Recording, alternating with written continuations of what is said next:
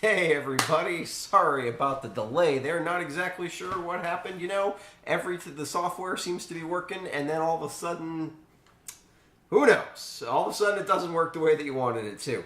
So, a couple things we're going to check here right off the bat. I'm trying to see and set up if I can get live comments on this. So, theoretically. Hey, look at that, I can. So you can see that's good. Wow, those are really small. So what we're going to do here tonight, if you're with us, if you're with me, is we're going to talk a little bit about what's going on. There's all sorts of crazy stuff going on with our storm, and then we are going to talk a little bit about the details. You can feel free to pop in, pop out, ask questions on the YouTube channel. That's the easiest way to get a hold of me. You can ask them on the Facebook as well. I won't check the Facebook quite as often, but feel free to ask them on the Facebook. And what's going to happen here is I'm just going to go through, kind of talk about all the different factors of what's going on. If people ask questions, I'll try to answer them when they ask the questions. But I'm not necessarily going to be doing anything specific in terms of this isn't like a normal video that I do. This is more like a half an hour of me rambling. So feel free to pop up some questions in case I just continue rambling. I'm going to try to increase the font size so we can actually read what these questions are here. Whoops. Hey, look at that. All right, so my wife and my kids want to know if they'll be able to sled tomorrow. I think yes. So let's, now that we're finally alive and moving, let's talk about what's going on here. Here is radar from the National Weather Service, and we can see that our storm is indeed starting to come together. And if you've been paying attention to it all over the last few days, you've noticed that the storm has been basically going to take a track off the coast and then up into the Gulf of Maine. And the question has always really been with the storm, how close to the coast would it stay as it took the track kind of north? And would it cross over Cape Cod? Would it cross over Boston? Would it be out to sea, south and east of Nantucket?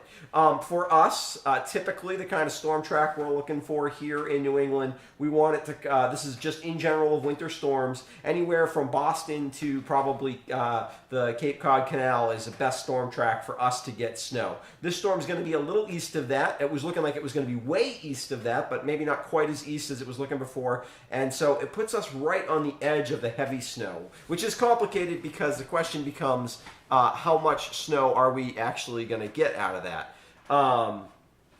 How much snow are we actually going to get? And I think there's definitely some different possibilities there. I mean, it's real tight on the possibilities. So one thing with the radar you can notice, a couple things you can definitely notice. We've got plenty of convective elements here in the radar that's coming. We also have this kind of leading band. What a leading band like this will sometimes do is you've got even some convection up here. That's actually good for snow for us. Not that means we're going to get more snow, but that convective weather that's heading in our direction, what that does is that puts heat in the atmosphere.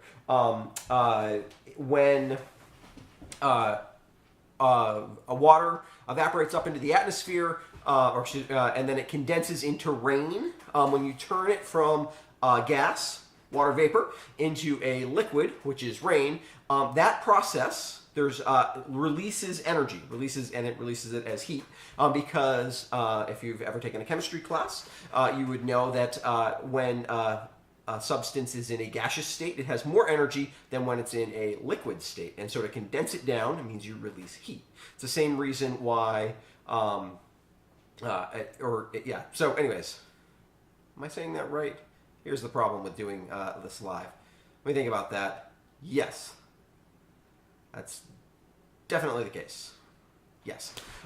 So when you condense, because when you go the other way, when you go from I'm right. Okay. Sorry, I had to think about that for a second. For the same reason, the opposite happens in when you put ice. That's why ice works in your glass, right? Because it goes from a solid to a liquid, which is which means it has to absorb energy in order to do that, or it takes energy to do that, so that keeps it cool. So that process keeps the process cool. Here we're releasing heat. That's good, because if we release heat, that tends to create a little bit more ridging. It tends to push the storm a little bit more to the north, and so we would root for the convection to happen here. Now, there's not strong convection happening here, so this is not a huge deal, but it's it's certainly an interesting aspect to what's going on with our storm in terms of things that are happening. Let's see here. Let's look at our latest in terms of the energy. One thing, if you noticed earlier today, I said what we need for this, the trough was all aligned, both the northern trough was aligned this way, which it still is. That's a very positive tilt. But the trough here has come around the bottom of the trough, and it's actually come around a little bit stronger. I think this is where the models have shifted a little bit. It's come along a little stronger than we expect to do, a little quicker, and so this will need to get kind of negatively tilted. The northern stream kind of does too, and so what happens with a storm is, let me see if I can draw this. Let me hide myself and draw what's going to happen here. Yeah, there we go. So when a storm, so what I mean here, of course, we're gonna get there, I promise. This is an adventure you're on with me here. So you see, if we drew an axis that kind of went down the deepest part of the trough, on this trough in the northern stream, you can see how it's tilted so that the top is ahead of the bottom. We call that positively tilted. This trough here, if we draw it, is kind of closer to that. We call that neutral because it's straight up and down. And if we had one that was what this one's going to do, and you can almost actually start to see it happening here, is this trough's going to be that we call that negatively tilted. What changes there is that a trough that is positively tilted tends to keep moving, and a trough that's negatively, or it kind of keep being progressive in the pattern, and it creates kind of weaker storms because they don't have time to cut off and really wrap up moisture and wind and things like that. But a storm that has, let me pull myself back up since I'm, you want to see me flailing my arms because that's what you all come here for. But a storm that is negatively tilted, or a trough that's negatively tilted, the storm has more time to wrap up and it gets much stronger. And so what we need to happen is for this, and that is going to happen. Of course, the question with this storm is, because this storm is going to be pretty strong, the question is, will it happen in time and far enough west so that we get the moisture shield? The actual aspect of what's going to happen, that's what's interesting about a storm like this, right? The models and anybody who looks at what's going on at this point, weather-wise, it's easy to tell, this is basically going to do what we think it's going to do. But the question is, here in Vermont, are we going to be getting into the snow shield for that, or are we going to be just west of the snow shield? And while it seems like we probably are going to get somewhat in it, we are, and there's just no way to say this to you except for to say we're going to be right on the border, and some of it's just going to kind of come down to what happens tomorrow afternoon. And the line between where people get a couple of inches of snow and where people get a foot of snow is only like 25 to 50 miles wide. So here in central Vermont, it's not even 50 miles to the border of New Hampshire. So it's not that far. And so this is why if I'll pop up, as a matter of fact, I'll pop up my accumulation map now. So if this is what you came here for, accumulation map. This is why here, I think we're going to be looking, it's come a little closer. We're looking at 3 to 5 inches. Somewhat terrain enhanced a little bit here over the greens, and then a little snow shadowed, but I think we'll still get some accumulation even west of the greens, where I was thinking maybe we're only going to get a coating to an inch earlier today. I think we'll get 2 to 3 inches west of the greens, but I think if you get a little bit closer to the center of the storm, 5 to 8 inches in the Brattleboro area, and kind of Dummerston, Northfield, those kinds of areas, even up into Vernon. Bellows Falls may get into that 5. I wouldn't be surprised, 5-6 inches on that side. Even Springfield, I think, maybe gets 4 or 5 inches of snow. Interesting, I'm here in Londonderry, which is right up here in the very corner of the county. What's interesting is that Springfield they almost always get less snow than us. And they may still end up with less snow than us here in Londonderry because it's so often terrain driven. But I wouldn't be shocked if they got into some of the more dynamic back edge of the storm and they got 5 inches of snow and we ended up with like 3 here in Londonderry, which would be surprising but not unheard of. I do think some places down here in southeastern Vermont will probably get at least a half a foot of snow, maybe even a little bit more. If you go to Keene, they could get a foot of snow in Keene. Wouldn't shock me at all. That's how close it is. So if the storm jogs just 20 miles west, what that would mean is here in over the greens, we would be getting 5 to 8 inches of snow. The ski area is probably closer to that 8 because we'll get a little terrain enhancement. And the Connecticut River Valley could be up pushing close to a foot, especially in any of the higher spots kind of here if you get just west of the Connecticut River Valley. Sometimes some of these spots, like a Springfield or a Bellows Falls, because you've got the Monadnocks to your east there, you do get a little bit of downsloping that does tend to inhibit the snow totals a little bit, but not dramatically necessarily. So you will also get some of that same effect west of the green. So like your Manchester, Bennington even, Arlington, Searsburg, or not Searsburg, Sutherland. My Western Vermont geography is not quite as good. A little bit less. Also, if you get a little northwest of kind of, as the storm's gonna, the line is kind of southeast to northeast here. So if you get on the up, even across the greens, I think, you know, if you get north of, say, Ludlow, and you get north, especially at Plymouth, your terrain is not quite as high. I mean, I could probably bump this line up a little bit. I think Killington will be in the 3 to 5 inch range. But if you get north of Killington, where you've kind of got the shield, you'll get a bit of terrain shielding on the northwest side of Killington, because you've got, you know, the terrain drops off there, even though you're sort of still in the Green Mountains because Killington is higher than everything else. Rutland, I think, is a couple inches of snow probably in Rutland. Bennington, I think, is a couple inches of snow. Although you go just east and you get the terrain enhancement, certainly on Route 9 across southern Vermont, probably somewhere on Route 9. If I had to guess a jackpot for the state, I'd say it's probably Whitingham, Reedsboro, kind of in that area as you're heading west on Route 9 as you start to head up the hill. Woodford is kind of always the normal hot spot, so I wouldn't be surprised if Woodford ended up with a little snow in southern Vermont.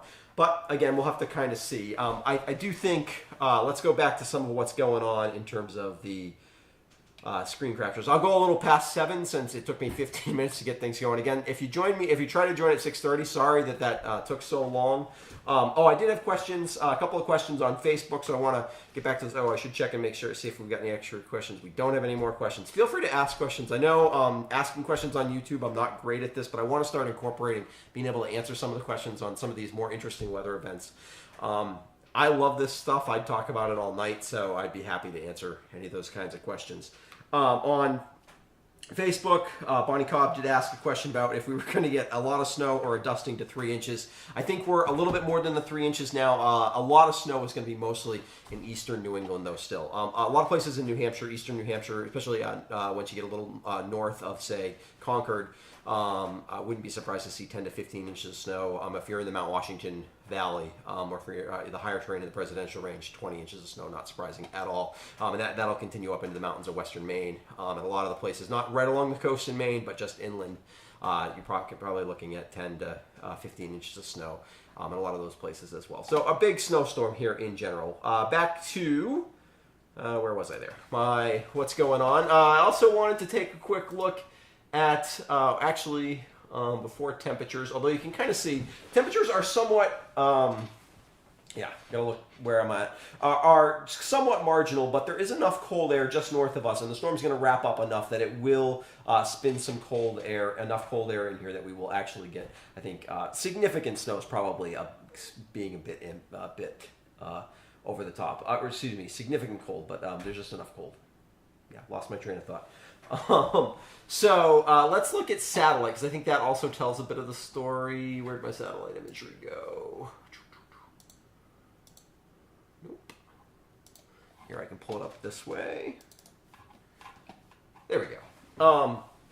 A couple of things to note about this that I think actually are very helpful. I'm sorry, I have it on 2 different screens, so if I'm not looking at you, I apologize for that in advance. I've got one thing you can notice. First of all, you can start to see unorganized to this is really brightening up. We've got a lot of lift in the atmosphere right now, and we're really starting to tap some of that Atlantic moisture. So definitely enhancing what's going on right now. We've got this little bit of a front that's sort of draped across us that is giving it the opportunity to funnel some of that cold air from Canada down into northern New England. And you can see as the back edge of this storm starts, and you can kind of see it wrapping. And one thing that you can tell, let me get myself out of the way, and I'm going to draw on this map for you because I think this is really interesting as well.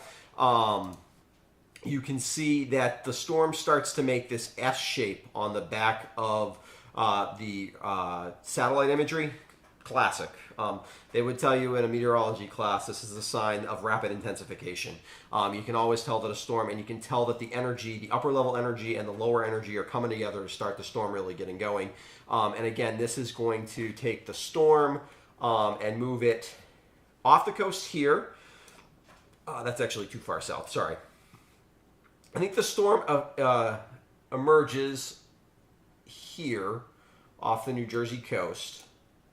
And still slide. The question then becomes, how long does the storm slide northeast before it hooks when this piece of energy, which is still, you can it's a little harder to see, but if we go back to, let me pull back up, not that one, but this one. So, and I'm still able to draw this piece of energy here. Nope. Well, although that's actually not a bad way to look at it.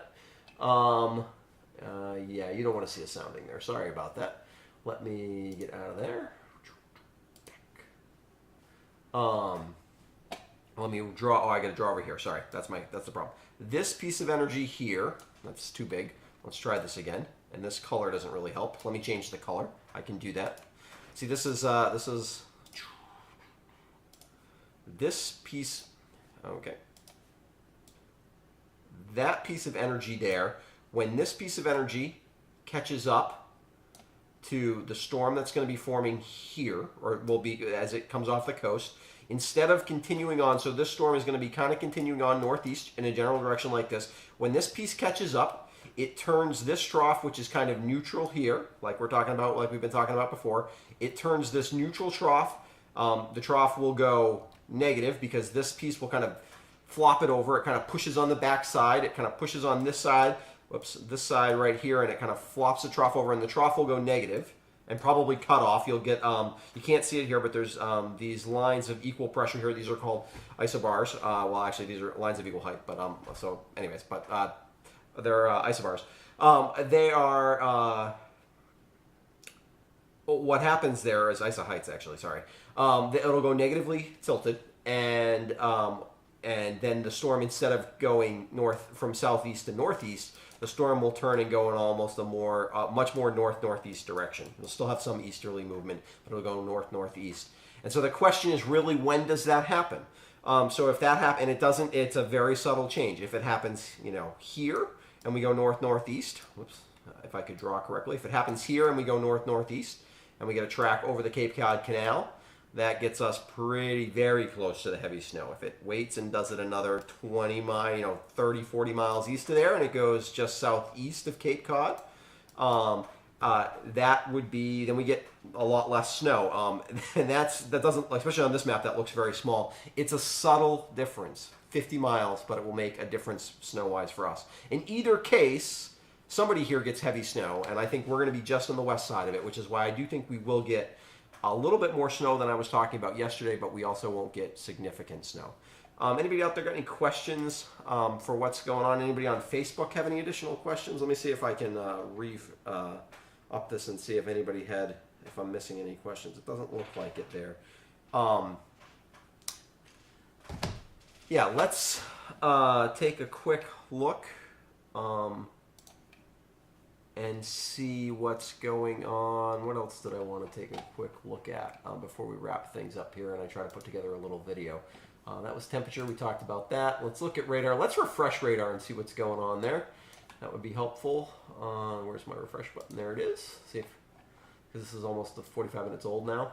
You can see that new radar. A couple things to look at in the radar here that are interesting to me currently. You can see plenty of convection here. That's good. That's definitely, the storm is definitely intensifying, which means it's definitely starting to get some upper level support. This is still, and actually we got a few convective kind of cells here, and right across here in Connecticut. That's interesting stuff in terms of helping to create a little bit more of that heat and help push the trough or the ridge just a little bit more north. If the ridge is more north, it slows the storm down a little bit. If the storm slows down just a little bit, that means when this trough that's up here catches up, it catches up. The storm is a little bit further west. That's good for snow for us. Again, these are very kind of subtle differences. That is interesting. One thing you can notice, and one kind of last point, and then if you're still with me, one, I'm impressed that you've listened to me babble about the weather for this long.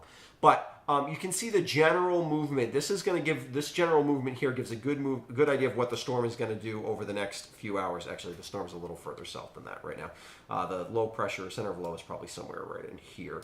And that's going to follow. It's basically all of the movement is here. And so again, that movement will continue until this trough, which is hard to see on radar, but it's definitely there if you look at the satellite and if you look at the upper level analysis, until that trough catches up with it.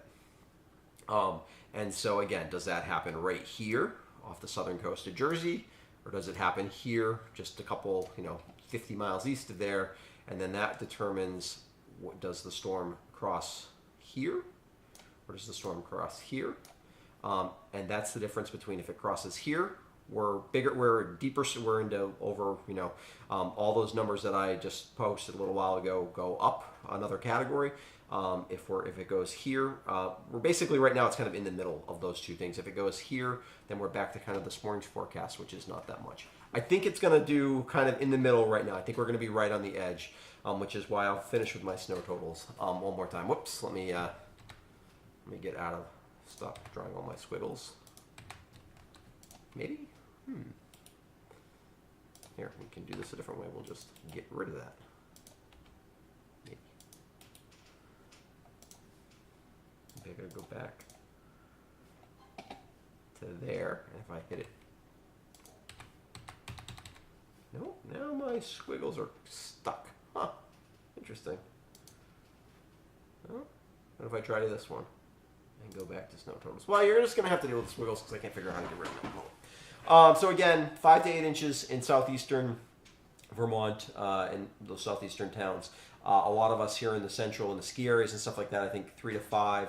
A little bit terrain driven there. And I think 2 to 3 west of the greens in general. So should be enough snow that everybody wakes up with snow on Sunday morning, but also not a dramatic snow effect. If the storm tracks 25 miles west, then this 5 to 8 kind of moves to where the 3 to 5 is. The 3 to 5 moves to the western Vermont, and southeastern Vermont could be more in like the 8 to 12 inch range, but I don't think that's necessarily going to happen. I think we'll avoid that. So I think this is my best call at the moment. Lots of interesting stuff going on. Thanks for joining me. I'll try to do one of these again, hopefully the next time I do this. I won't have so many problems getting started. I really don't know why that happened. But this is, it's always fun for me to talk about weather this way. If you've got questions, keep asking. You can ask them in the YouTube comments afterwards. I'll try to get to any, certainly I'll respond to any comments you ask after the fact as well. And I'll be out tomorrow morning with an update on what's going on, probably as well. Probably be a text update, unless something changes dramatically. And I feel like there's a need for another video. You're probably all videoed out at this point. There's been a lot of videos, but it's been fun. So anyways, if you have any questions, like I said, ask them in the comment section. Thanks to everybody who follows what I do. So you can subscribe to my YouTube channel. That helps as well. It helps get other new people involved in what's happening. You can certainly, I know most of you already like me on Facebook, but feel free to do that. I try to post some slightly different stuff on Instagram and Twitter. So if you do those, if you do Twitter, if you do Instagram, you can certainly follow me there as well. I also have a website, which is westriverweatherguy.com, where I try to post, mostly it's the videos and some other stuff. Eventually, I'd like to get some information on current weather up there. I'd like to improve. I have a home weather station, but I'd like a new one. That's one of the things that hopefully with some support from my patrons and from some other people this year, we're going to be able to get a good weather station up, and we'll be able to have some more information on kind of live weather and logged weather stuff at my house, as well as kind of what's going on around us. So until then, thanks for joining me, and we will be back with more information on the storm as things happen tomorrow. And keep tuned, because it's not completely locked in. We're only, 18 hours from the beginning of snow, but it is not locked in entirely yet. Okay? Snow should start tomorrow by about noon. All right. Thank you, everybody, for joining me. It was fun.